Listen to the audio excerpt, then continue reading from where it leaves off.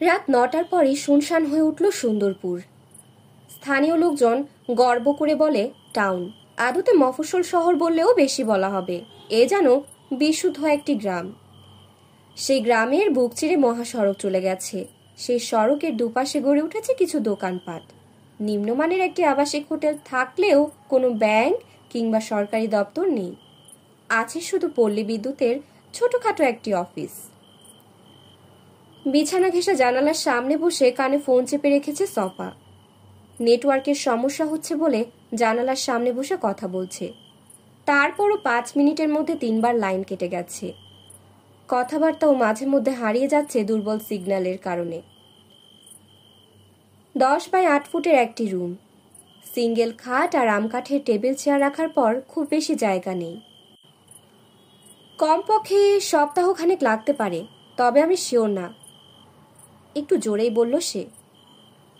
হোমরা চোমরা লোকজনের সাথে মহিলার খাতির, সাবধানে কাজ করতে হবে। টের পেয়ে গেলে কাজটা করা কঠিন হয়ে যাবে। মুস্কান জুবেরের সেই রহস্যময় চাহনির কথাটা মনে পড়ে গেল তার। এরই মধ্যে কি মহিলা টের পেয়ে গেছে? অসম্ভব। সে এমন কিছু করেনি যে টের পেয়ে যাবে। এখানে নেটওয়ার্ক খুব খারাপ, আমি সময় আর সুযোগ পেলে নিজেই ফোন করব, ওকে? ঠিক এমন সময় কেউ তার দরজায় নক করলে ফোনটা কান থেকে সরিয়ে বলে উঠল, কে? আমি আতর। দরজার ওপাশ থেকে কণ্ঠটা শোনা মাত্র, এখন রাখি, পরে কথা হবে বলে দ্রুত উঠে গিয়ে দরজা খুলে দিল সে। আপনার ৫০ টাকা সেভ কইরা দিলাম, দাঁত বের করে বলল আতর। এমন ফাপুর মারছি যে পাতা পায়খানা শুরু কইরা দিছে ম্যানেজার। আরে এটার তো কোনো দরকার ছিল না, একটু বিরক্তির সাথে বলে আতরকে ঘরে ঢুকতে দিয়ে দরজা বন্ধ করে দিল। বসেন, ঘরের একমাত্র চেয়ারটা দেখিয়ে বলল সে। নিজে বসলো বিছানার উপর। রাইতের খানা খাইছেন? হ্যাঁ। ইনফরমারের মুখে রহস্যময় হাসি ফুটিয়ে তোলার চেষ্টা করলেও সেটা অশ্লীল দেখালো। ওই বেটির ওইখানে? আলতো করে মাথা নেড়ে সায় দিল সে। দাঁত বের করে হাসল ইনফরমার। সফা কিছু বলল না। ভালা ভালা। বুঝতে পারছে না হাসিটা কিভাবে থামাবে। প্রথমে শব্দহীন করল, তারপর অভিব্যক্তি পাল্টে বলল, গাঞ্জামত কিছু লাগবো নি? না, আজ ইচ্ছা করছে না, লাগলে আমি আপনাকে জানাবো। ঠিক আছে। একটু হতাশ হয়ে বলল আতর। তাইলে এখন আমার লগে চলেন, আপনি এক জায়গায় নিয়ে যামু। অবাক হলো সফা। কোথায়? আপনি তো হের ব্যাপারে অনেক কিছু জানবার চান। কই থেকে আইলো, কেমনে আইলো? না।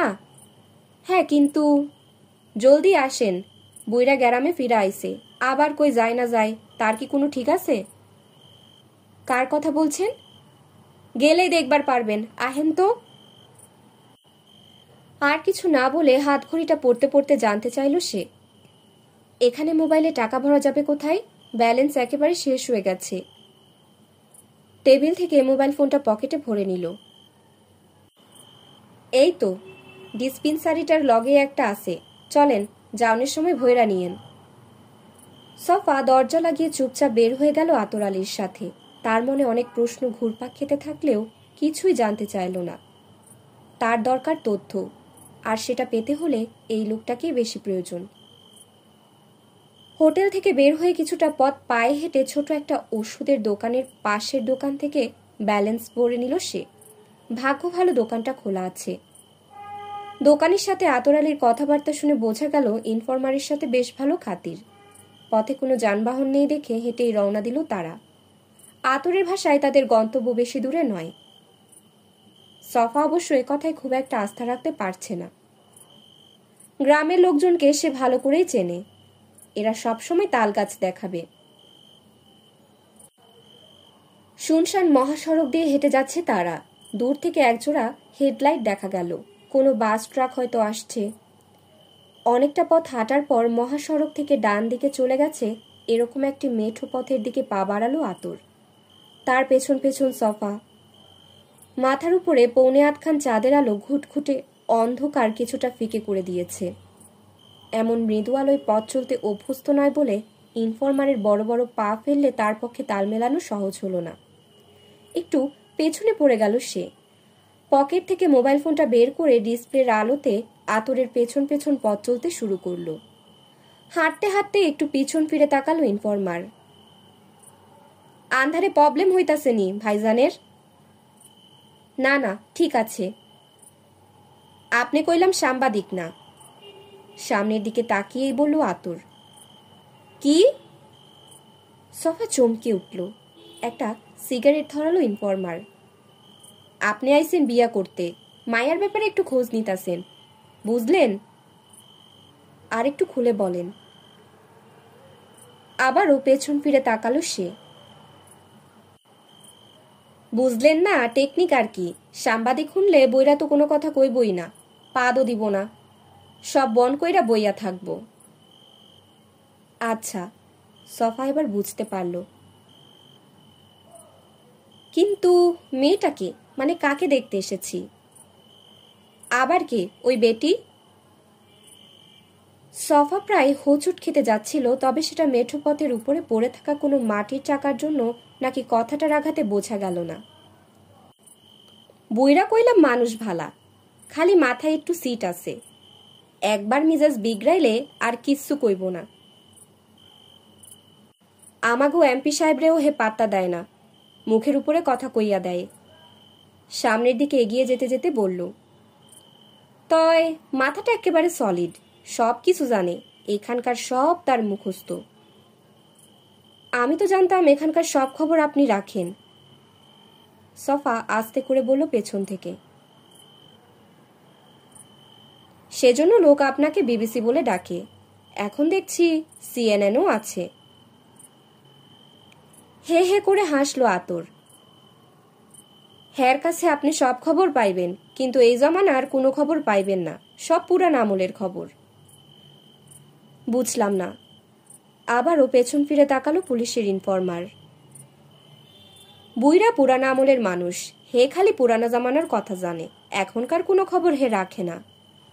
ও, হিস্টোরি চ্যানেল, মনে মনে বলল সফা, তবে মুখে বলল, লোকটা কি করে?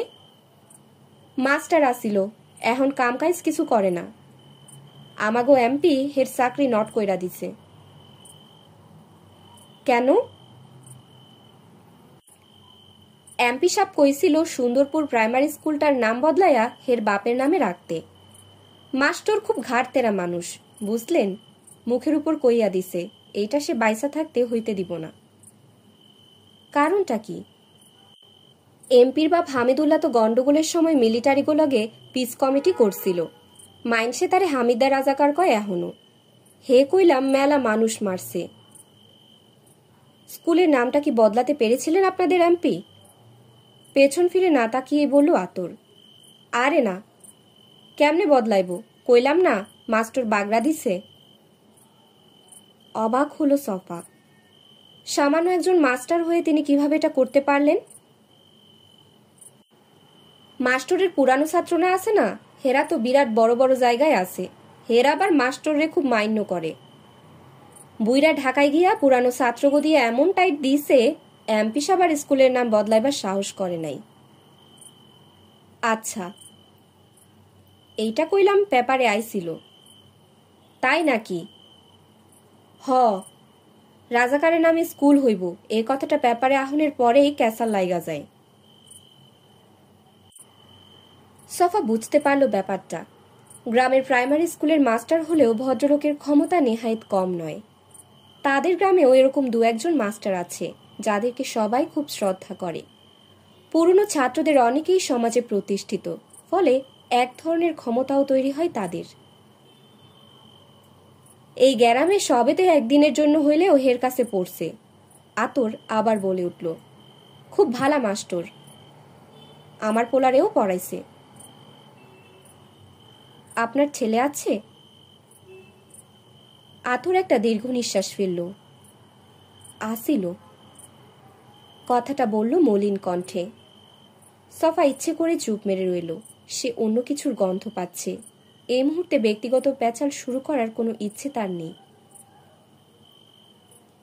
এখনও আছে, আপন মনে বলতে লাগলো সামনের লোকটি। তয় আমার লগে কোনো কানেকশন নাই, ওর মার লগে থাকে, কলেজে পড়ে। ও, ছোট্ট করে বলল সফা। দেখেন, গর্ত আছে। আতুরের সতর্কবাণী শুনে একটু থমকে দাঁড়িয়ে মোবাইল ফোনের ডিসপ্লের আলো ফেলল। গর্তটা লাফিয়ে ডিঙালো সে। গ্রামের মেঠোপথ যেমন হয়, আঁকাবাঁকা হয়ে পথটি চলে গেছে কত দূর সেটাই আবছা অন্ধকারে বোঝা যাচ্ছে না। তবে চারপাশে ঝোপঝাড় দেখে মনে হচ্ছে না এটা কোনো লোকালয়। সফা কোনো প্রশ্ন না করে চুপচাপ অনুসরণ করে গেল আতর আলীকে। দুজনের পদক্ষেপের শব্দ ছাড়া আর কিছু নেই। জনমানবহীন এলাকাটি রাতের অন্ধকারে ভৌতিক আবহ সৃষ্টি করেছে। সফা নিশ্চিত একা একা এরকম জায়গা দিয়ে শহরে বড় হওয়া মানুষ হেঁটে যেতে পারবে না, গা ছমছম করে উঠবে। তবে তার মধ্যে এ নিয়ে কোনো ভয় ডর নেই। পুরোটা কৈশোর গ্রামে কাটিয়েছে, তাছাড়া ভূতে বিশ্বাস করে না সে। গড়পড়তা মানুষের চেয়ে তার সাহসও একটু বেশি। ধ্যাত, বিরক্ত হয়ে বলে উঠল সফা। আতর থমকে দাঁড়ালো। কি হয়েছে? মোবাইলের চার্জ শেষ। তার ফোনটা অফ হয়ে গেছে। ইনফরমার আবার হাঁটতে শুরু করলো। অনেকটা বিড়বিড় করে বলতে লাগলো। শহরের মানুষ তো রাইত বিরাইতে গাঁও গ্রামে চলাফেরার করার অভ্যাস নাই। মুচকি হেসে ফোনটা পকেটে রেখে দিল সফা। অন্ধকারে টের পেল ঢালু একটি জায়গা দিয়ে আস্তে আস্তে উপরে উঠে যাচ্ছে। শর্টকাটে যাইতাছি, আর বেশিক্ষণ লাগবো না। আতর আলীর কথার কোনো জবাব দিল না সে। লোকটা থেকে মাত্র 2-3 হাত পেছনে আছে। অন্ধকারে টের পেল চারপাশের ঝোপঝাড় একটু বদলে গেছে। জায়গাটা কেমন জানি, একটা গন্ধ নাকে আসছে, সুগন্ধি কিছু। তবে এর সাথে মিশে আছে বাজে একটা গন্ধ। সব মিলিয়ে অশরীরী এক আবহ ফুটে উঠছে আস্তে আস্তে। গন্ধটা কিসের? খুব স্বাভাবিক কণ্ঠে জানতে চাইল সে। আগরবাতির। পথ চলতে চলতে বলল আতর। কি? এইটা আমাগো বড় কবরস্থান, এইটার ভিতর দিয়ে গেলে শর্টকাটে যাওন যায়। কবরস্থান শুনে সফার গা ছমছম করে উঠল। এই ইনফরমার তাকে এরকম রাতের বেলায় কবরস্থানের মধ্য দিয়ে নিয়ে যাচ্ছে। নিঃসন্দেহে লোকটার সাহস আছে, কিন্তু ভব্যতা জ্ঞান নেই। জায়গাটা কবরস্থান শোনার পর থেকে আপনা আপনি তার চোখ চলে যাচ্ছে আশেপাশে। এটা কোনোভাবে এড়াতে পারছে না। এখন আবছা আবছা দেখতে পাচ্ছে ছোট ছোট ঢিবির মতো মাটির স্তূপগুলো। ওগুলোর নিচে শায়িত আছে মৃতেরা। রাইতে নতুন কোনো কবর দিচ্ছে মনে হয়, আতর বলল। মুর্দার লোকেরা আগরবাতি জ্বালায়া গেছে। সফা কিছু বলল না। ভূতের ভয় না থাকুক, কবরস্থান দিয়ে রাতের বেলা হেঁটে যাওয়াটা মোটেই স্বস্তির ব্যাপার নয়। আতর আলীর উপর রাগ করে জোরে জোরে পা চালাতে লাগলো সে। এখান থেকে যত দ্রুত বের হওয়া যায় ততই স্বস্তির ব্যাপার। ওই লোকের নাম কি? জোরে জোরে পা চালিয়ে আতরের ঠিক পাশে এসে বলল সে। নাম তো একখান মাশাল্লাহ, কি আর কমু। উল্টাইলেও যা, সোজা করলেও তা। কি বলো? বিস্মিত ছফা কথাটা শেষ করতে পারল না। চিৎকার করে উঠল সে। ভারসাম্য হারিয়ে বাম দিকে কাত হয়ে পড়ে গেল। ডান হাত দিয়ে আতরের কাঁধ ধরার চেষ্টা করলেও ব্যর্থ হলো সে। মাটিতে আছড়ে পড়ার আগে তার মনে হলো কয়েক মুহূর্ত শূন্যে ভেসেছিল। মৃদু ভলিউমে যে গানটা বাজছে সেটার কথাগুলো খুব খেয়াল না করলে বোঝা যাবে না। তবে তাতে কোনো সমস্যা নেই, সবটাই তার মুখস্থ। সাধারণত এভাবে রকিং চেয়ারে দোল খেতে খেতে গান শোনার সময় বিড়বিড় করে গানের সাথে ঠোঁট মেলায়। তবে আজ তার ঠোঁট জোড়া পুরোপুরি স্থির। চোখ দুটো শূন্যে নিক্ষেপ করে ভেবে যাচ্ছে। আস্তে করে চেয়ারের পাশ থেকে কফি টেবিলের উপরে রাখা গ্লাসটা হাতে তুলে নিল। অন্ধকারেও বোঝা যাচ্ছে লাল টকটকে তরলে ভর্তি ওটা। গ্লাসটা নাকের সামনে নিয়ে গন্ধ নিল প্রথমে, তারপর চুমুক দিয়েই বন্ধ করে ফেলল দু চোখ। লাল তরল মুখের ভেতরে কিছুক্ষণ রেখে দিয়ে অনুভব করল এর স্বাদ, গন্ধ। আনমনে আলতো করে মাথা নেড়ে সায় দিল যেন। গলা দিয়ে লাল তরলটা নামিয়ে দিয়ে চোখ খুলল সে। আকাশে ভেসে থাকা চাঁদের দিকে তাকালো। 3 দিন পর পূর্ণিমা হবে। চাঁদটা এখন পূর্ণতার পথে। অল্প কিছু বিচ্ছিন্ন মেঘের টুকরো চাঁদটাকে আড়াল করে দিয়ে পরক্ষণেই চলে যাচ্ছে। দোতলার বারান্দায় বসে রকিং চেয়ারে দোল খেতে খেতে দৃশ্যটা দেখতে মনোরম লাগছে। গ্লাসটা সরিয়ে গভীর করে নিঃশ্বাস নিল। দুফুটা হাসনা হেনা ফুলের গন্ধে তার বাগানটা অপার্থিব হয়ে উঠেছে। সে জানে হাসনা হেনা ফুলের গন্ধ মিষ্টি, যেমন গোলাপের গন্ধ নোনতা আর জংলি ফুলের গন্ধ তেতো। প্রকৃতির প্রতিটি গন্ধের এরকম স্বাদ রয়েছে। একটি গন্ধ আরেকটি গন্ধের সাথে মেশানো যায়, একটি স্বাদের সাথে আরেকটি স্বাদেরও মিশ্রণ হয়। তবে মানুষ গন্ধের ব্যাপারে সবচেয়ে আনাড়ি। শব্দ, স্বাদ, দৃষ্টি, স্পর্শ এগুলোর ব্যাপারে মানুষ যথেষ্ট ওয়াকিবহাল। শব্দকে 6টি সুরে সা, রে, গা, মা, পা, ধা, নি বেঁধেছে। স্বাদকে টক, ঝাল, মিষ্টি, নোনতা আর তেতো এই 5টি ভাগে আলাদা করেছে। জগতের সকল রঙকে 7টি রঙে ভাগ করেছে মানুষ। আর স্পর্শ সবচেয়ে স্থূল ইন্দ্রিয়। গরম, ঠান্ডা, নরম, কোমল, শক্ত, তরল, বায়বীয় এর বাইরে আর কোনো অনুভূতি নেই। কিন্তু গন্ধের বেলায় এসে বিপাকে পড়ে গেছে। গন্ধ কয় প্রকার কেউ নির্দিষ্ট করে বলতে পারে না। মুচকি হাসল সে। ভালো করেই জানে এর কারণ কি। গন্ধ সবচেয়ে বিভ্রান্তিকর। এটা বাতাসে ভেসে বেড়ায়, নানা রকম গন্ধের সাথে মিশে যায় দ্রুত। এই মেলামেশাকে থামানো যায় না। অদৃশ্যভাবে সবার অগোচরে ঘটে যায়। সেজন্য আলাদা করাটাও খুব কঠিন হয়ে পড়ে।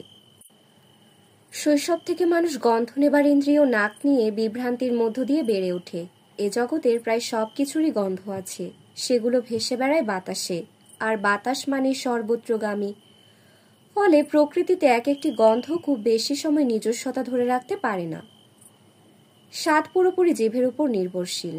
শব্দ নির্ভর করে কানের উপরে, দৃষ্টির নির্ভরতা চোখেতে। একদিক থেকে দেখলে স্বাদের ব্যাপারটা বেশ নিশ্চিত। টক, ঝাল, মিষ্টি, নোনতা, তেতো এসব স্বাদের পার্থক্য বোঝাটাও খুব কঠিন কিছু নয়। 5টি স্বাদের মধ্যে বেশ ভিন্নতার কারণে আলাদা করতে খুব একটা অসুবিধাও হয় না। একটি স্বাদকে আরেকটির সাথে মিশিয়ে তৈরি করা যায় নতুন স্বাদ। মিষ্টির সাথে মিষ্টি, এটা ভারসাম্য তৈরি করে। কিন্তু প্রকৃতিতে শুধু ভারসাম্য আর সাজুজ্যই মেলে না, বৈপরীত্যও দেখা যায় ভিন্নতা।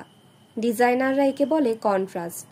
ভারসাম্যের ঠিক উল্টো, কিংবা আদৌ ভারসাম্যপূর্ণ নয়। টকের সাথে ঝাল, ঝালের সাথে মিষ্টি, টকের সাথে মিষ্টি, মিষ্টির সাথে নোনতা, নোনতার সাথে ঝাল। সবই সম্ভব, শুধু দরকার সীমাটুকু বোঝা। ঝালে রয়েছে নির্দিষ্ট সীমা। মিষ্টি, টক, নোনতা সবকিছুরই সীমানা আছে।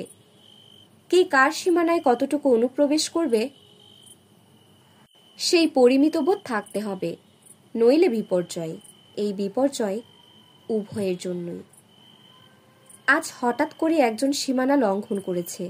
তাকে অসহায় আর দুর্বল এক নারী ভেবেছে। মনে করেছে তার সাথে যা ইচ্ছা তাই করা যাবে। লোকটার ধারণাই নেই সে কত বড় ভুল করেছে। তবে এ নিয়ে দুশ্চিন্তা করছে না। দুশ্চিন্তা করার মতো নার্ভ বহুকাল আগে এক অবিশ্বাস্য ঘটনার পর হারিয়ে ফেলেছে সে। আর একটু চুমুক দিয়ে পাশে টেবিলে রেখে দিল গ্লাসটা। বাঁকা হাসি ফুটে উঠল তার ঠোঁটে।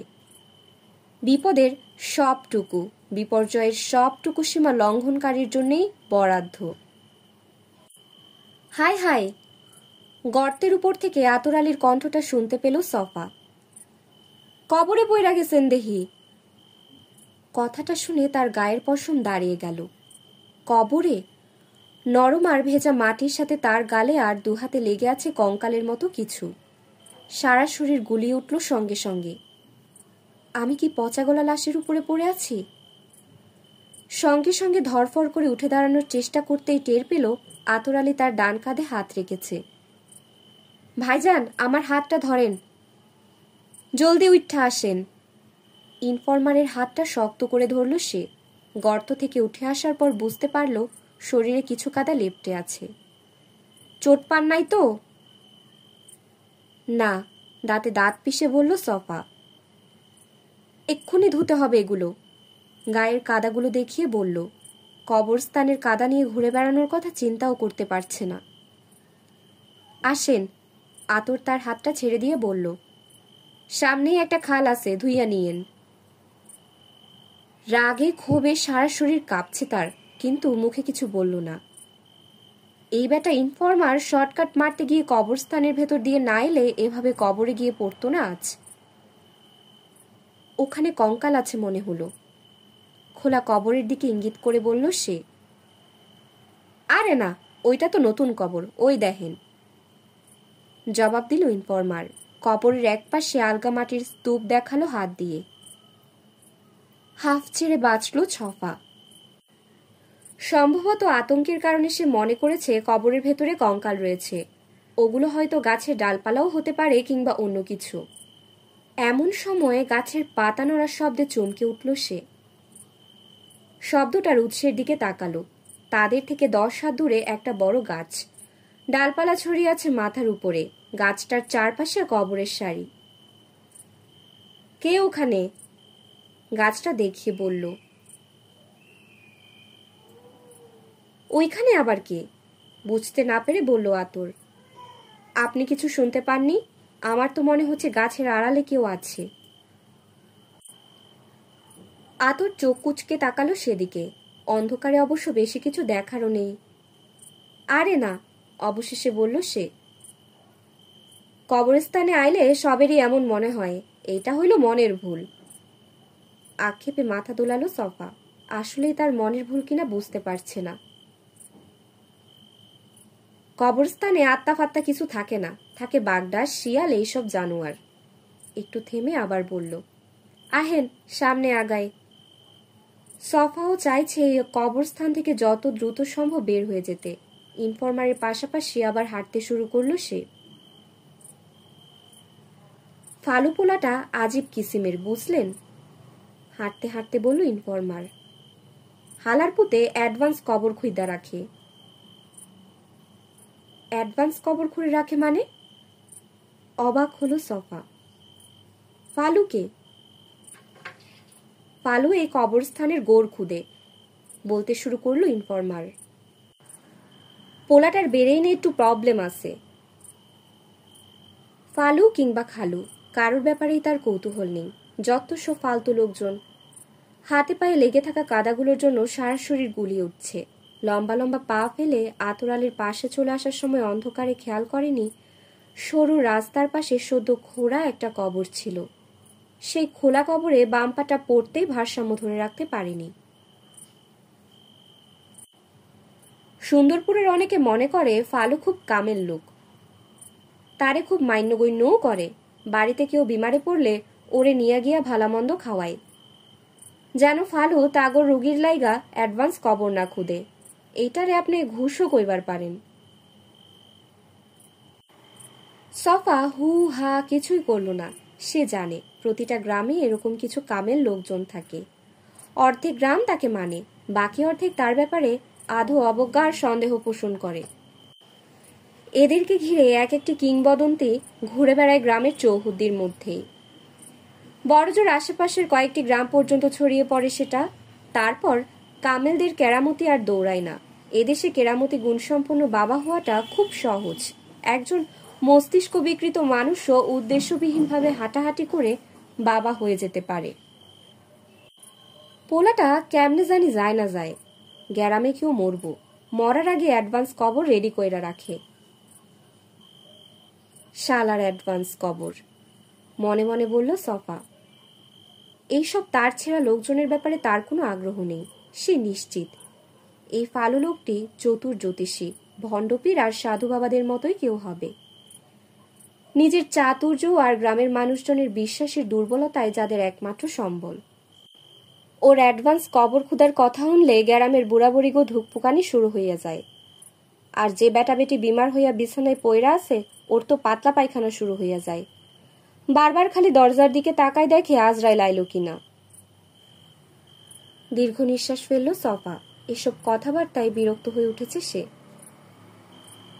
এখন পর্যন্ত ফালুর অ্যাডভান্স কবর মিস হয় নাই, প্রশংসার সুরে বলল আতর। জীবিত অবস্থায় কবরে পতিত হবার বিচ্ছিরি অভিজ্ঞতা লাভ করার পর এসব গাঁজাখুরি গল্প শুনতে ইচ্ছে করছে না। ফালুর শতভাগ রেকর্ড অক্ষুণ্ণ থাকবে কি থাকবে না সেটা নিয়েও তার কোনো মাথা ব্যথা নেই। তাই আইজ মনে হয় মিস হইব। রাইত তো মেলা হইছে, এখনো কোনো মরার খবর নাই। আর কত দূর? অধৈর্য হয়ে জানতে চাইল সফা। পালু সংক্রান্ত আলাপ থেকে তাদের গন্তব্যের দিকে মনোযোগ ফেরাতে চাইছে। ওই তো মাস্টারের ভিটা দেখা যাইতেছে, হারিকেন জ্বলতাছে ঘরে। একটু দূরে মিটমিট করে লালচে আলো জ্বলতে দেখল সে। আমি খালের কথা বলছি, হাত পা ধুতে হবে। ও, ইনফর্মার বলল। ওইটা মাস্টারের ভিটার একটু আগেই। সফার কথা বাড়ালো না, জোরে জোরে পা চালালো। এই তো সামনেই। আথর আর সফা যখন কবরস্থান থেকে বের হয়ে যাচ্ছে তখন তাদের অলক্ষ্যে নিরাপদ দূরত্ব বজায় রেখে আবছায়া এক মূর্তি মুখে গামছা পেঁচিয়ে বড়সড় জারুল গাছের আড়াল থেকে চুপচাপ দেখে যাচ্ছে। দুজন মানুষের অবয়ব মিয়ে গেলে গাছের আড়াল থেকে বের হয়ে এলো সে। কয়েক মুহূর্ত দাঁড়িয়ে রইল সিদ্ধান্তহীনতায়, তারপর এগিয়ে গেল খোলা কবরের দিকে। আশেপাশে বিস্তৃত ক্ষেতের মধ্যে উঁচু একটি ভিটে চাঁদের মলিন আলোতে উদ্ভাসিত। বড় বড় জানা অজানা বৃক্ষ যেন হাতে হাত ধরে চারপাশ ঘিরে প্রাচীর বানিয়ে রেখেছে। ভালো করে লক্ষ্য করলে দেখা যাবে প্রাচীর ভেদ করে টিমটিমে লালচে আলোর একটি বিন্দু জ্বলছে। একটা সরু খালের পানিতে যতটুকু সম্ভব হাত পা মুখ ধুতে ধুতে সেই ভিটের দিকে তাকালো সফা। তার পাশে দাঁড়িয়ে আছে আতর, আয়েশ করে সিগারেটে টান দিচ্ছে। হাত মুখ ধুয়ে উঠে দাঁড়ালো সে। শার্টের একপাশে কিছুটা কাদা লেগেছে, ওগুলোর ব্যাপারে আপাতত কিছু করার নেই। পকেট থেকে রুমাল বের করে কিছুটা কাদা মুছে আতর আলীকে সাথে নিয়ে নিঃশব্দে কিছুটা পথ সামনে এগিয়ে গেল। ভিটার কাছে আসতেই বোঝা গেল একটা টিনের ঘরের জানালা দিয়ে হ্যারিকেনের আলো দেখা যাচ্ছে। মাটি কেটে তৈরি করা ৩-৪টা ধাপ পেরিয়ে উঁচু ভিটায় উঠেই হাঁক দিল আতর। মাস্টার সাহেব ঘুমিয়ে গেছেন নি? ও মাস্টার সাহেব।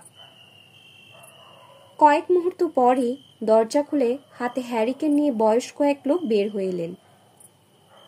কে? এত রাতে কে ডাকে?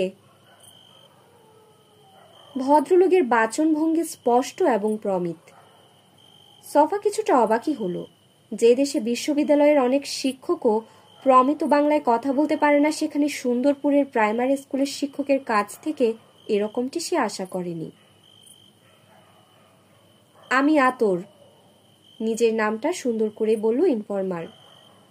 ঢাকা থেকে একজন মেহমান আইছে।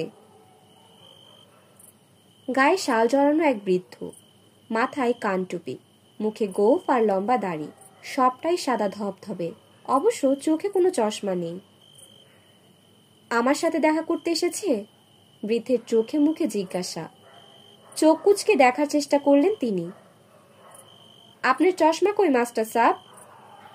আতরের প্রশ্নে বৃদ্ধের চোখ মুখ আরো কুঁচকে গেল। আর বলো না, ঢাকা থেকে ফেরার সময় বাসে ঘুমিয়ে পড়েছিলাম, তখনই ব্যাগটা চুরি হয়ে যায়। চশমাটা ওটার ভেতরেই ছিল। কন কি? কৃত্রিম আফসোস আতরের কণ্ঠে। দেশটা একেবারে সোরবাট পারে ভইরা গেছে। কথাটা শোনার পর বৃদ্ধের মুখে প্রচ্ছন্ন বাঁকা হাসি ফুটে উঠল। সফা জানে পুলিশের ইনফর্মারদের কেউই পছন্দ করে না, তবে তাদেরকে ভয় পায়। তাই মুখ ফুটে কেউ কিছু বলার সাহস রাখে না। চারপাশে তাকালো সে। উঁচু ভিটের উপরে একটি বসত বাড়ি। হালকা কুয়াশায় পৌনে একখান চাঁদের আলো শুধু দেখা যাচ্ছে সেই ভিটার চারপাশে বড় বড় গাছের সমাহার। দুটো ছোট ছোট টিন শেডের ঘর ছাড়া আর কিছু নেই। ঘর দুটোর বিপরীতে মাঝখানের বিশাল আর পরিষ্কার উঠোনের পর বাঁশ কাঠ দিয়ে বানানো একটি টয়লেট। বাড়ির চারপাশে বড় বড় গাছ ছাড়া ঝোপঝাড়ও রয়েছে প্রচুর, যেন সুরক্ষিত প্রাচীর ওগুলো। ঝিঝি পোকা ডেকে যাচ্ছে বেশ জোরে জোরে। মাস্টারের ঘরের সামনে উঠোনের দিকে যেতে থাকলে আতর তার পেছন পেছন মিনতির সুরে কি যেন বলতে বলতে এগিয়ে গেল। কয়েক মুহূর্ত দাঁড়িয়ে রইল সফা। সে বুঝতে পারছে না কি করবে। হারাই আসেন কেন, আহেন, পেছন ফিরে তাড়া দিয়ে বলল ইনফরমার। ঘরের সামনে ছাউনি দেয়া বারান্দায় একটা কাঠের বেঞ্চি আর দুটো চেয়ার আছে। দেখে মনে হচ্ছে কমপক্ষে 30-40 বছরের পুরনো। একটা চেয়ারে বসে পড়লেন মাস্টার। আতর আলী বসলো বেঞ্চিটাতে। সফা এগিয়ে গিয়ে চুপচাপ অন্য চেয়ারটাতে বসে পড়ল। মাস্টার সাহেব, উনি ঢাকা থেকে আইছেন, উনার নাম নূরে সফা।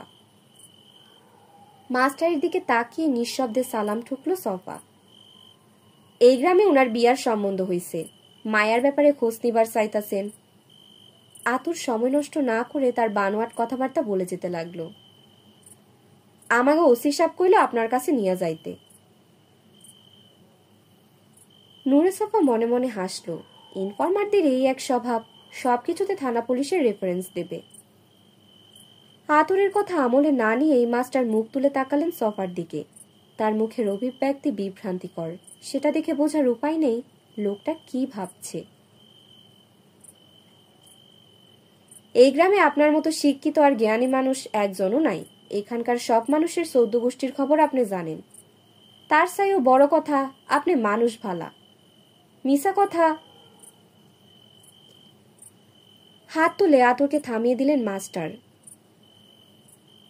পাত্রীটাকে? আমি কি ওকে চিনি? আমার কোনো ছাত্রী? আতর কোনো রকম লুকোছাপা না করে সফাকে চোখ টিপে মুচকে হাসি দিল। চশমাহীন মাস্টারের ঝাপসা দৃষ্টির সুবিধা নিল সে। না না, আপনার ছাত্রী না, ওই যে হোটেলওয়ালি মুস্কান। ভুল উচ্চারণে নামটা বলল আতর। মুস্কান জুবরি।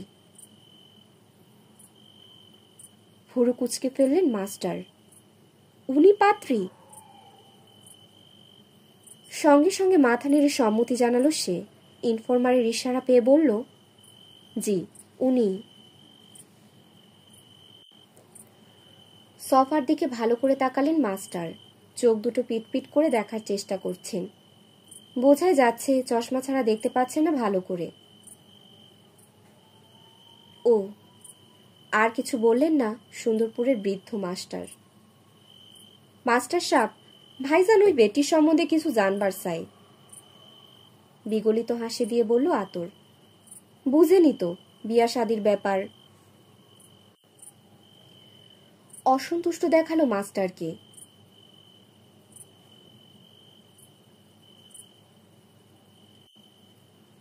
বেটি, মাথারি এইসব শব্দ আমার সামনে বলবে না, ভদ্রমহিলা বলো। জিভে কামড় দিয়ে চোখ টিপে বলল ইনফরমার। মুক্কুসুক্কু মানুষ, ভুল হইয়া গেছে মাস্টার সাহেব। একান্ত অনিচ্ছায় সফার দিকে তাকিয়ে বললেন বৃদ্ধ, আমি তো ওনার সম্বন্ধে তেমন কিছুই জানি না। ওর ফ্যামিলি ব্যাকগ্রাউন্ডটা? নূরে সফা বলল। মানে আমি জানতে পেরেছি ওই এলাকার নয়, তাহলে এখানে কিভাবে এলো? পিটপিট করে চেয়ে রইলেন বৃদ্ধ। আপনার সাথে ওনার পরিচয় হয়েছে কিভাবে? একটু ধন্দে পড়ে গেল সফা। তবে সেটা কাটিয়ে উঠতে বেশি সময়ও লাগলো না। মানে ফেসবুকে। মাস্টার এবং আতর দুজনেই ফ্যালফ্যাল করে চেয়ে রইল। এই জিনিসের নাম এর আগে তারা কেউ শুনেছে বলে মনে হলো না। কি বুক বললেন? ফেসবুক। মাস্টার একটু ভেবে নিলেন, এটা কি পত্র মিতালির মতো কিছু? আগে চিঠির মাধ্যমে বন্ধুত্ব করার জন্য এক ধরনের চটি বই বের করা হতো, এখন আর ওসব দেখা যায় না। সফা মুচকি হাসল। পত্র মিতালি সম্পর্কে তার ভালোই ধারণা আছে। ছোটবেলায় সেও এরকম বন্ধুত্ব করেছে গ্রামে বসে। ঢাকা সহ বড় বড় কয়েকটি শহরে তার কিছু পত্র মিতালি বন্ধু ছিল। বলা বাহুল্য তারা সবাই ছিল মেয়ে। এই সময়ের ফেসবুক যে আসলে পত্র মিতালেরই একটি ডিজিটাল সংস্করণ সেটা এর আগে কখনো মনেই হয়নি। প্রথমে ইমেইল, সেলফোন এসে চিঠিপত্র হটিয়ে দিল। তারপর ফেসবুক এসে বিতাড়িত করলো পত্র মিতালিকে। অনেকটা সেরকমই, বলল সে। ও, মাস্টার আস্তে করে বললেন। সেজন্যই তেমন কিছু জানেন না। কিছু বলল না সফা। ভদ্রমহিলা অলোকনাথ বসুর নাত বউ, কথাটা বলেই উদাস হয়ে গেলেন তিনি, যেন অতীতে ফিরে যাবার চেষ্টা করছেন।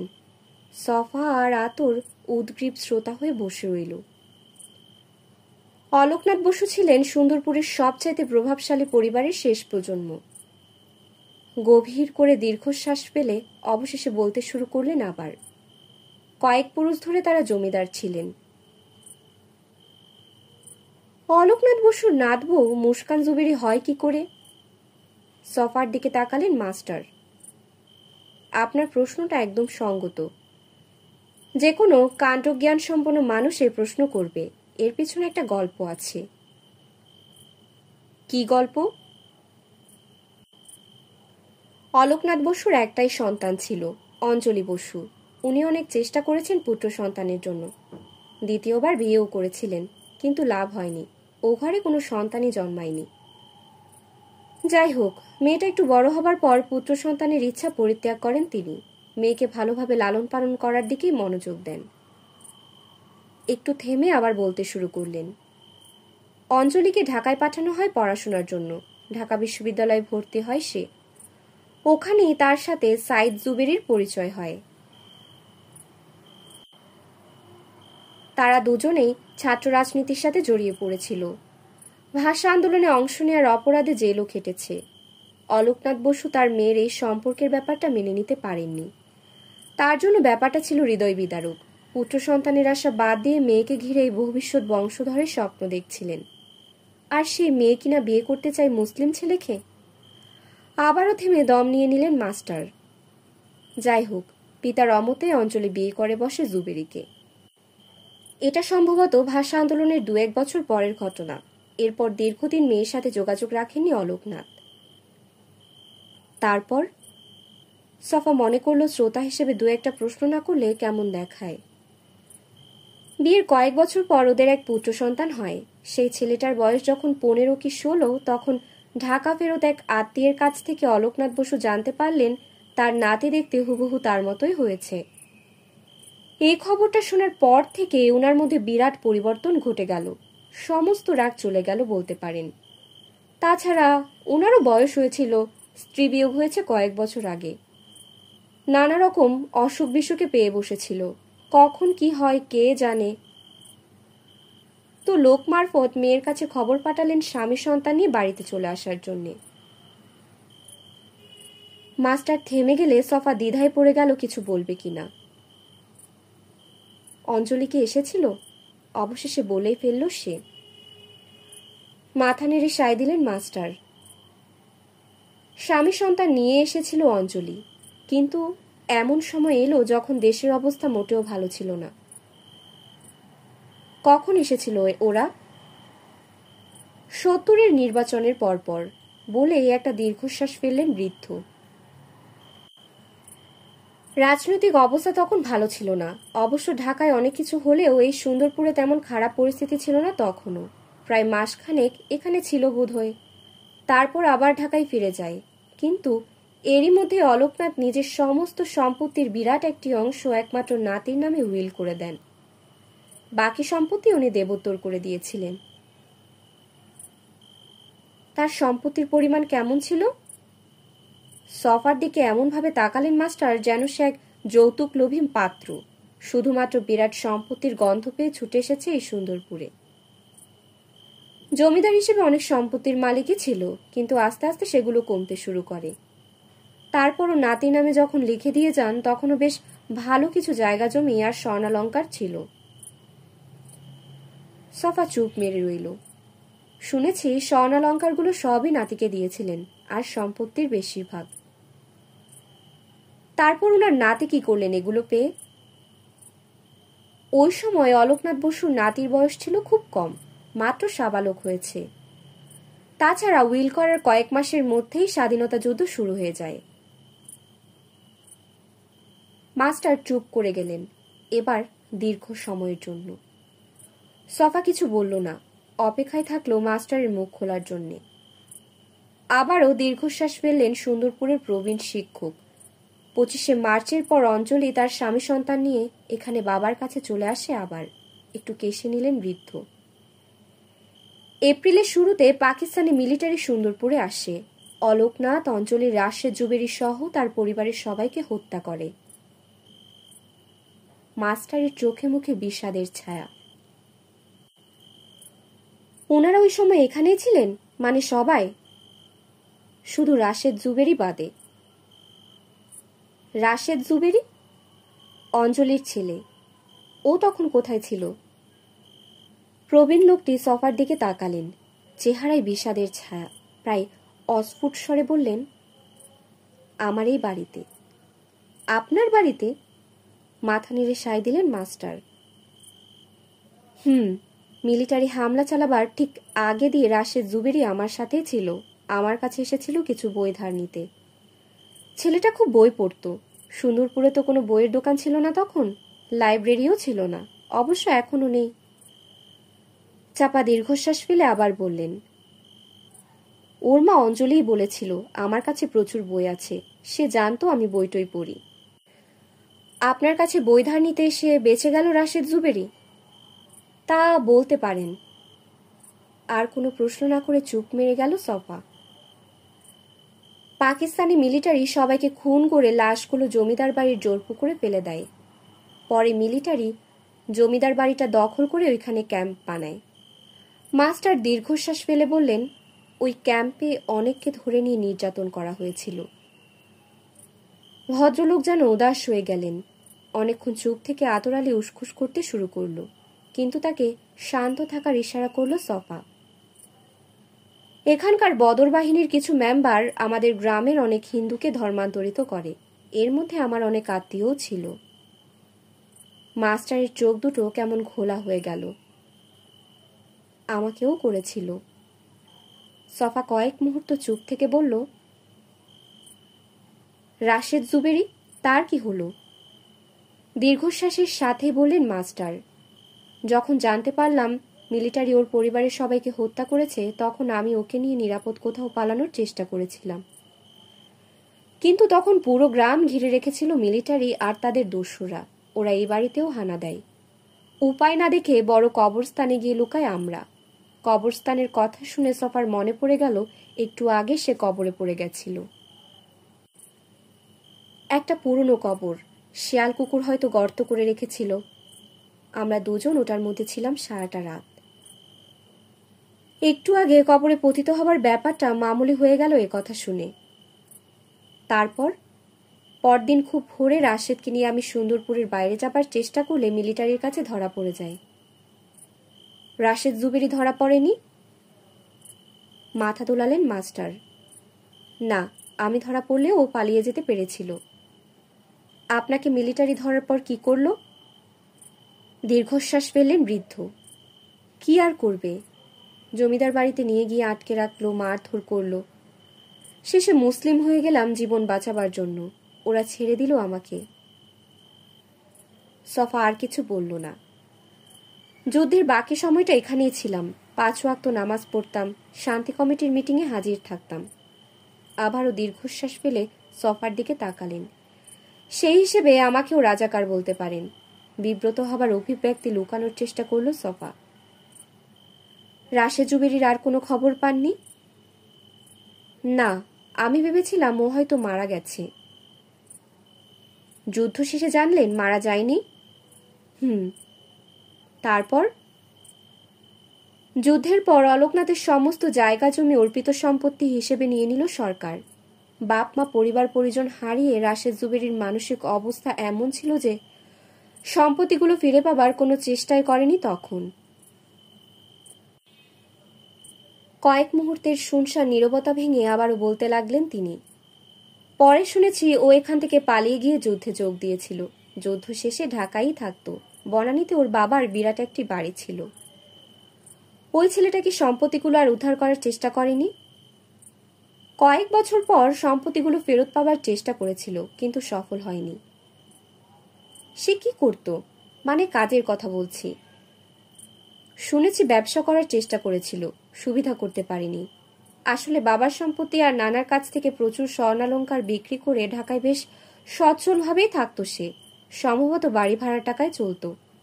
মাঝে মধ্যে এখানে আসতো, কয়েকটা দিন আমার এখানে থেকে আবার ঢাকায় চলে যেত। একটু বাউন্ডুলে আর অগোছালো ছিল। সংসার করার দিকে আগ্রহ ছিল না, খুব বই পড়ত। নেশার মতো বই নিয়ে পড়ে থাকতো সে। একটু জিরিয়ে নিয়ে আবার বলতে শুরু করলেন, 94 কি 95 পর দীর্ঘদিন আর এখানে আসেনি।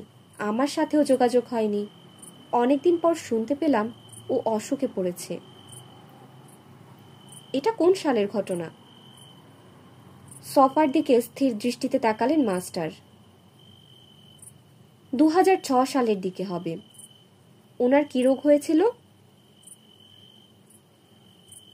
Cancer, prostate cancer. উনি কি সুস্থ হতে পেরেছিলেন? মাথা দুলালেন বৃদ্ধ। না।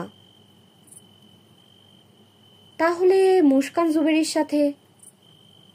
মাস্টার হাত তুলে থামিয়ে দিলেন তাকে।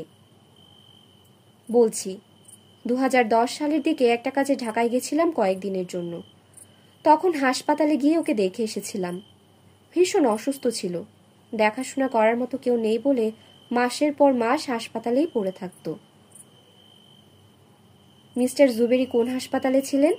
উদ্গ্রীব হয়ে জানতে চাইল সফা। অরিয়েন্ট হাসপাতাল। একটু থেমে ঢোক গিলে নিলেন।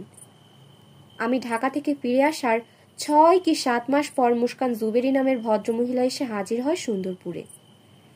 নিজেকে রাশেদের স্ত্রী দাবি করে সে। মাস্টারকে চুপ থাকতে দেখে সফা বলে উঠল, এ ব্যাপারে কি আপনার মনে কোনো সন্দেহ রয়েছে? চোখ পিটপিট করে তাকালেন বৃদ্ধ। মারাত্মক অসুস্থ, বিছানায় শুয়ে থাকা একজন মানুষ কখন বিয়ে করলো, কিভাবে করলো, এটা ঠিক হিসাবে মিলাতে পারি না। প্রোস্টেট ক্যান্সারের রোগীকে বিয়ে করাটাও বিরল ব্যাপার নয় কি? তাছাড়া যে লোক সুস্থ সবল অবস্থায় সংসার করার নাম নেয়নি, সে কিনা হুট করে মৃত্যুশয্যায় বিয়ে করে বসল। স্বীকার করছি, আমি এই বিয়ের ব্যাপারটা নিয়ে সন্দেহ করি এখনো। উনি যখন এখানে আসেন, রাশেদ জুবেরি কি তখনও বেঁচে ছিলেন? না। তাহলে মিস্টার জুবেরি কবে মারা গেছিলেন, আর বিয়েটাই বা কবে করলেন? ভদ্রমহিলা এখানে আসার 2-1 মাস আগে জুবেরি মারা যায়। তাদের বিয়েটা কবে হয়েছিল সেটা আমি জানি না। মুস্কান জুবেরির সম্পত্তিগুলো কিভাবে পেয়ে গেলেন? সম্পত্তিগুলো তো রাশেদ জুবেরি উদ্ধারই করতে পারেননি। সফার দিকে তাকিয়ে রইলেন মাস্টার। এইসব খবর আমার ভালো করে জানা নেই। লোকজন এ নিয়ে নানান ধরনের গালগপ্প করে বেড়ায়। কোনটা সত্যি কে জানে। এরপর আতরের দিকে ইঙ্গিত করে বললেন তিনি, আপনার সাথে যে আছে ওই বরং এ ব্যাপারে ভালো বলতে পারবে। ইনফরমার বিগলিত হাসি দিয়ে সফাকে আশ্বস্ত করল। মাস্টার সাহেব ঠিকই কইছেন, এইটা আমি আপনার ডিটেইল কমুনে। আতরকে কিছু না বলে মাস্টারের দিকে তাকালো নূরে সফা। ওই মহিলা কি রবীন্দ্রনাথের ভক্ত নাকি? রেস্টুরেন্টের অমন নাম দিয়েছে যে। উনি রবীন্দ্রনাথ ঠাকুরের ভক্ত কিনা সেটা আমি বলতে পারবো না, তবে আমার মনে হয় নামটার সাথে ভক্ত হবার না হবার কোনো সম্পর্ক নেই। সফা আগ্রহী হয়ে উঠল। ভক্ত না হলে এমন নাম রাখার কারণটা কি? মাস্টার গভীর করে দম নিয়ে নিলেন। আগেই বলেছি, মহিলা কেন এমন নাম রেখেছেন সেটা আমি জানি না, তবে এমন নামে আমি খুব একটা অবাক হইনি। নড়ে চড়ে বসল সফা। সত্যি বলতে কি, রবীন্দ্রনাথ আসলে এখানে কখনো খেতে আসেননি। ওনার আসার কথা ছিল নাকি? আগ্রহী হয়ে উঠল সফা। স্থির চেয়ে থেকে আলতো করে মাথা নেড়ে সায় দিলেন বৃদ্ধ। তারপর গম্ভীর কণ্ঠে বললেন, ছিল, কিন্তু উনি আসেননি। কেন আসেননি? গভীর করে দম নিয়ে নিলেন সুন্দরপুরের বৃদ্ধ মাস্টার। অলোকনাথের বাবা ছিলেন রবীন্দ্রনাথের সমসাময়িক মানুষ। তাদের মধ্যে জানাশোনাও ছিল। এক জমিদারের সাথে আরেক জমিদারের সম্পর্ক থাকাটাই তো স্বাভাবিক। একটু কেশে নিলেন তিনি। শুনেছি অলোকনাথের বাবা ত্রিলোকনাথ বসু রবীন্দ্রনাথকে সুন্দরপুরে আসার নিমন্ত্রণ করেছিলেন। কবির জন্য বিশাল আয়োজন করেছিলেন তিনি। ঢাকা আর লখনৌ থেকে বাবুর্চি এনে রান্নাবান্নাও করেছিলেন হরেক রকম পদের। নিজের বাড়িটাও সাজিয়েছিলেন। আয়োজনে কোনো কমতিই ছিল না, কিন্তু একেবারে শেষ মুহূর্তে রবীন্দ্রনাথ দুঃখ প্রকাশ করে জানিয়ে দেন তিনি আসতে পারছেন না। উনি মানে রবীন্দ্রনাথ কেন আসলেন না? ব্যাপারটা কি ছিল? একটা দীর্ঘশ্বাস ফেললেন মাস্টার। এটা 1918 সালের ঘটনা। যেদিন উনি রওনা দেবেন তার আগের দিন ওনার বড় মেয়ে মাধুরীলতা মারা যায়। ও, আস্তে করে বলল সফা। সম্ভবত মিসেস জুবেরি এই গল্পটা রাশেদের কাছ থেকে শুনে থাকবেন, তাই অমন অদ্ভুত নাম দিয়েছেন। মাস্টারকে চুপ মেরে যেতে দেখে সফা উঠে দাঁড়ালো। তার দেখা দেখি আতরও, ইঙ্গিতটা স্পষ্ট। বলার মতো আর কিছু নেই বৃদ্ধির। আপনাকে ধন্যবাদ, বলল সে। অনেক সময় নষ্ট করলাম আপনার। ভালো থাকবেন, নমস্কার। মাথা নেড়ে সায় দিলেন বৃদ্ধ। সফা আর আতর কয়েক পা এগোতেই পেছন থেকে আস্তে করে কিন্তু দৃঢ়তার সাথে বলে উঠলেন, আমার কাছে মিথ্যে বলার দরকার ছিল না। চমকে উঠল তারা দুজন।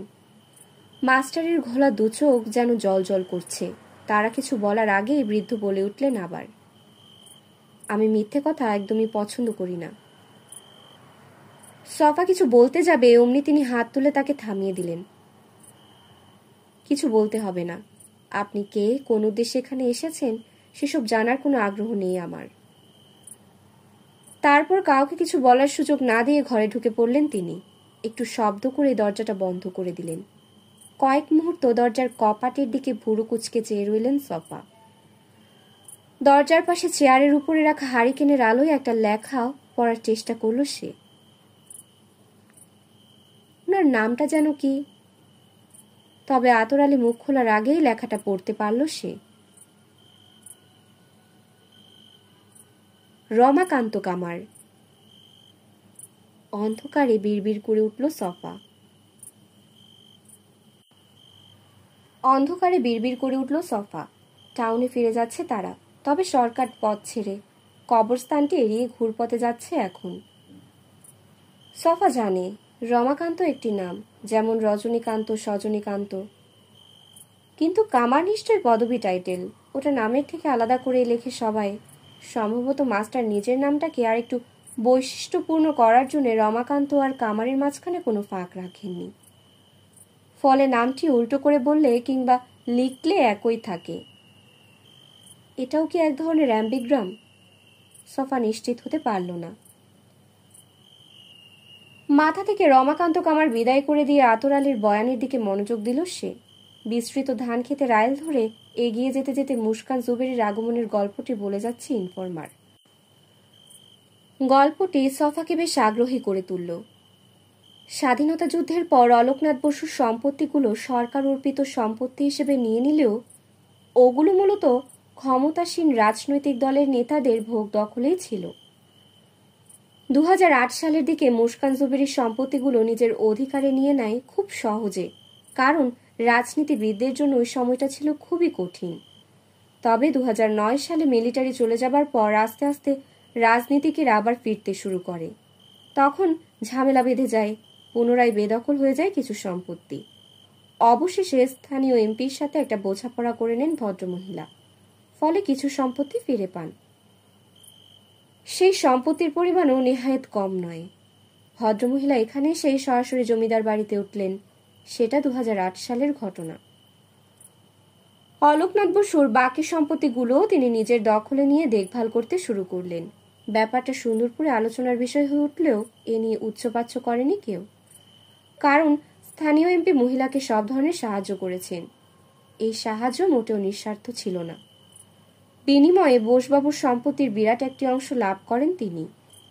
যেসব সম্পত্তি দেবোত্তর করে দিয়েছিলেন সেগুলোর প্রায় সবটা চলে গেছে এমপির পকেটে।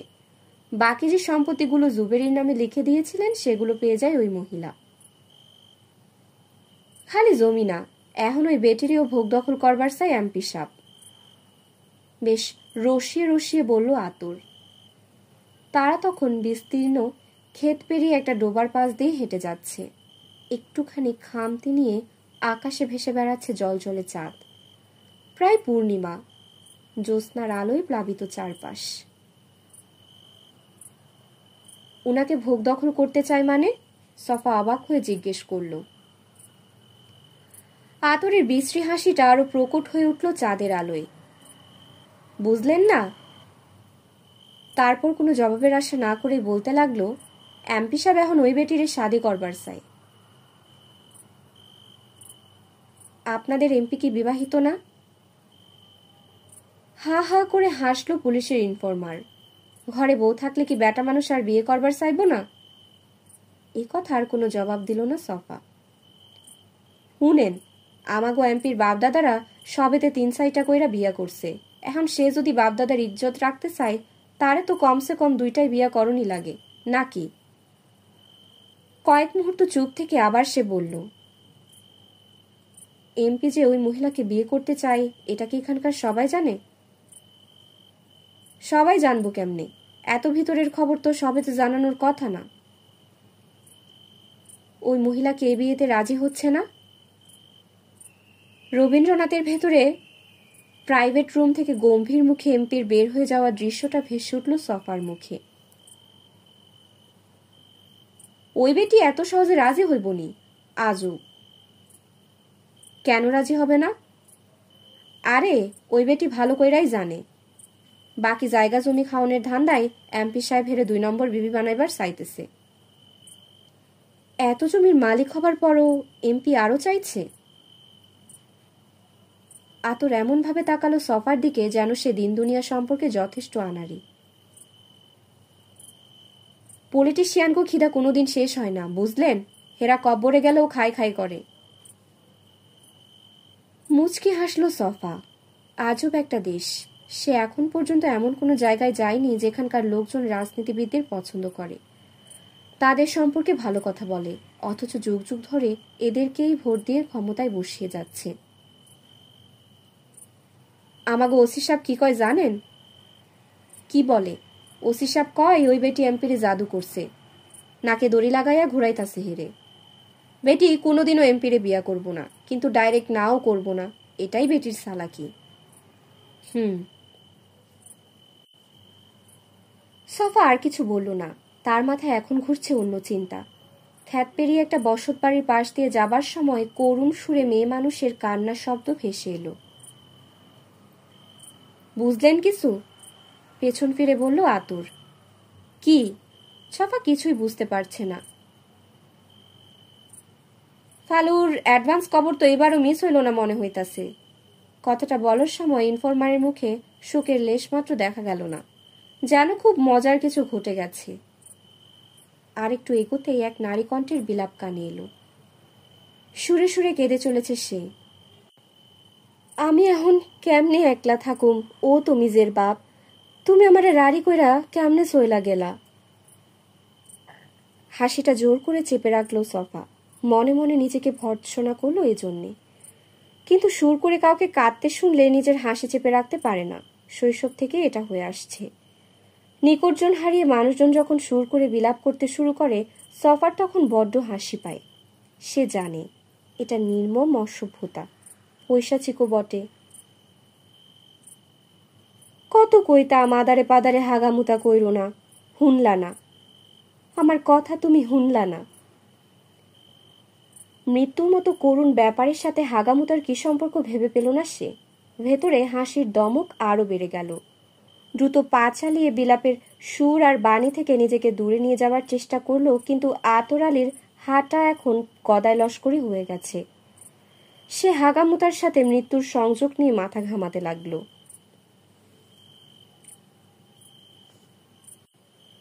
তমিজের বাপ একলাস মিয়া গুয়ের গাড়ায় পয়রা মরছে মনে হয়। সফা কিছু বলল না। বুইরা আবার পায়খানায় কাম সারতে ডরায়, খোলা জায়গা না হইলে বেটার হাগা বাইর হয় না, এইটা নিয়ে বউ বাচ্চারা খোটা দিত। এক মনে বলে যেতে লাগলো আতর। সফা বুঝতে পারল তমিজের বাপের এমন আচরণ করার কারণটা কি। অনেকে ক্লস্ট্রোফোবিয়ায় আক্রান্ত হয়, আবদ্ধ কোনো জায়গায় বেশিক্ষণ থাকতে পারে না, দম বন্ধ হয়ে আসে, এক ধরনের ভীতি জেঁকে ধরে। গ্রামের মানুষ এসব জটিল বিষয় বোঝে না, তারা মনে করে এগুলো নিছক কোনো বাতিক। সারা জীবন খোলা জায়গায় আর গাছের নিচে কাম সারত, অভ্যাস হয়ে গেছিল আর কি। সফা এই প্রসঙ্গটা পাল্টাতে চাইল। আচ্ছা, ওই মহিলা মানে মুস্কান জুবেরি কি জমিদার বাড়িতে একাই থাকে? না, একটা মায়া থাকে লগে। আর কেউ না? অবাক হলো সে। এরকম গ্রামে বিরাট একটি বাড়িতে দুটো মেয়ে মানুষ একা থাকে? বোবা ইয়াকুবও থাকে, পোলাটা দারোয়ানের কাম করে। এই 3 জন, আর কেউ না? জমিদার বাড়িতে এরাই থাকে, তয় বাড়ির সীমানার বাইরে সাইড দিকে বোসবাবুর অনেক জায়গা জমি আছে, ওইখানে কিছু লোকজন থাকে। ওরা কারা? এই ধরেন গরুর খামারের লোকজন, মাছ চাষ দেখাশোনা করে যারা, শাক সবজি, আরো কত কি যে করে বেটি, তার কোনো ঠিক নাই। সফা বুঝতে পারল মহিলা তার জায়গা জমিগুলোর ভালো মতোই সদ্ব্যবহার করছে। বেটির কইলাম সাহস আছে, বলল আতর। চলতে চলতে পেছন ফিরে তাকালো সে। সাহস না থাকলে এমন জায়গায় এসে নার গাড়বার পারে কন? মহিলার সাথে যে মেয়েটা থাকে সে কে? কোনো আত্মীয়? আরে না, ওই মায়াটাও কাম করে, 5 মাস খাটে আর কি। একটু চুপ থেকে বলল সফা। ওই জমিদার বাড়িটা কি অনেক বড়? মেলা বড়, আগের দিনের জমিদার, বিরাট বাড়ি, জোড়া পুকুর, একটা পুরুষ গোলাইগা আর একটা মায়া মানুষের। মুচকি হাসলো আতর। বিরাট বাড়ি, বাগান, পুকুর না থাকলে কি জমিদার কম যায়? আবারও পেছন ফিরে তাকালো। বাড়িটা একটু দেখবেন নাকি? না, আজ থাক, কাল যাব, আজ অনেক রাত হয়ে গেছে। ওই বাড়ির সামনে দিয়াই কিন্তু যাইতে হইব, ইচ্ছা করলে দূর থেকে একটু দেখা নিতে পারেন। দ্বিধায় পড়ে গেল সফা। যাওয়ার পথে পড়বে ওটা? মাথা নেড়ে সায় দিল আতর। আমরা তো কবরস্থান দিয়া শর্টকাট না মাইরা ঘুরপাথে যাইতাছি, ওই বাড়ির সামনে দিয়াই কইলাম যাইতে হইব।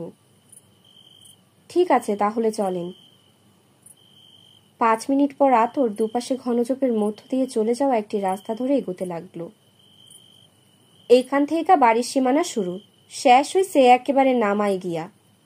বিরাট বড় বাড়ি, দৌড়ায়াও শেষ করবার পারবেন না। সফা জানে নিচু ভূমিকে অনেক জায়গায় নামা বলে। আতরের পাশাপাশি হাঁটছে সে। হু হা কিছুই বলল না, চারপাশে তাকিয়ে দেখছে। একটা মোড় নিতে দেখা গেল একটু দূরে বিশাল একটা গ্রিলের দরজা। পুরনো আমলে বড় বড় বাড়িতে এরকম সদর দরজা দেখা যেত, তবে গ্রিলের পেছনে পাতলা টিন লাগিয়ে দেওয়া হয়েছে। সম্ভবত এটা করেছে মুস্কান জুবেরি, ফলে গ্রিলের ফাঁক দিয়ে ভেতরে কিছু দেখা যায় না এখন। প্রায় 8-9 ফিটের মতো উঁচু দেয়াল দিয়ে ঘেরা মূল বাড়িটা। দেয়ালগুলোর পেছনে বড় বড় গাছ আর ফাঁকে ফাঁকে দেয়াল ডিঙিয়ে বাইরে চলে আসা লম্বা ঝোপগুলো যেন আরো বেশি আড়াল করে দিয়েছে অন্দরমহলটাকে। হঠাৎ মাটির দিকে চোখ যেতেই থমকে দাঁড়ালো সে। আতরও দাঁড়িয়ে পড়ল। আর সামনে যাইবেন না?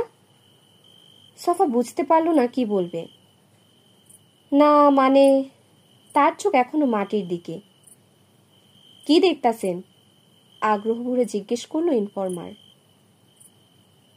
মহিলার কি গাড়ি আছে? হ, জমিদারের বউ, গাড়ি না থাকলে চলে? একটু থেমে আবার বলল, 2টা গাড়ি আছে, একটা মালপত্তর টানে, আরেকটা বেটি নিজে চালায়। কেন, কি হয়েছে? না, কিছু না, মুখ তুলে তাকালো সফা। মেইন গেট থেকে রেল লাইনের মতো সমান্তরাল দুটো মেঠো পথ চলে গেছে তাদের পেছন পর্যন্ত। সে কিছু বলতে যাবে তার আগেই পেছন থেকে একটা শব্দ শুনতে পেল। ফিরে তাকালো তারা। আবছা অন্ধকারে বোঝা গেল না, কিন্তু কেউ একজন যে তাদের দিকে হেঁটে আসছে সে ব্যাপারে কোনো সন্দেহ নেই। যে আসছে তার পদক্ষেপ বেশ ভারী। আতরের একটা হাত টান দিয়ে পাশের ঝোপের আড়ালে চলে গেল সে। কি হয়েছে? চাপা কণ্ঠে বলল বিস্মিত ইনফরমার। এই লোকটা নিশ্চয় জমিদার বাড়িতে যাচ্ছে। হ, তো কি হয়েছে? আমি চাই না সে এখানে আমাদের দেখুক। আতর আর কিছু বলল না, চুপ মেরে রইল। একটু পরে দেখতে পেল বলশালী এক যুবক খেলে দুলে আসছে। তাদের পাশ দিয়ে যাবার সময় যুবকের আবছা অবয়ব দেখতে পেল তারা। এই পোলা এইখানে কি করতে আইছে? যুবকের অপসৃয়মান অবয়বের দিকে তাকিয়ে থেকে ভয়ার্ত কণ্ঠে বলে উঠল আতর। ছেলেটাকে? ফালু। ফালু? বুঝতে না পেরে বলল সফা। আমাগো কবরস্থানে গোর খুদে। অ্যাডভান্স কবর খুঁড়ে রাখে যে, ও এখানে কি করতে এসেছে? সফা ও যার পরনায় বিস্মিত হলো এবার।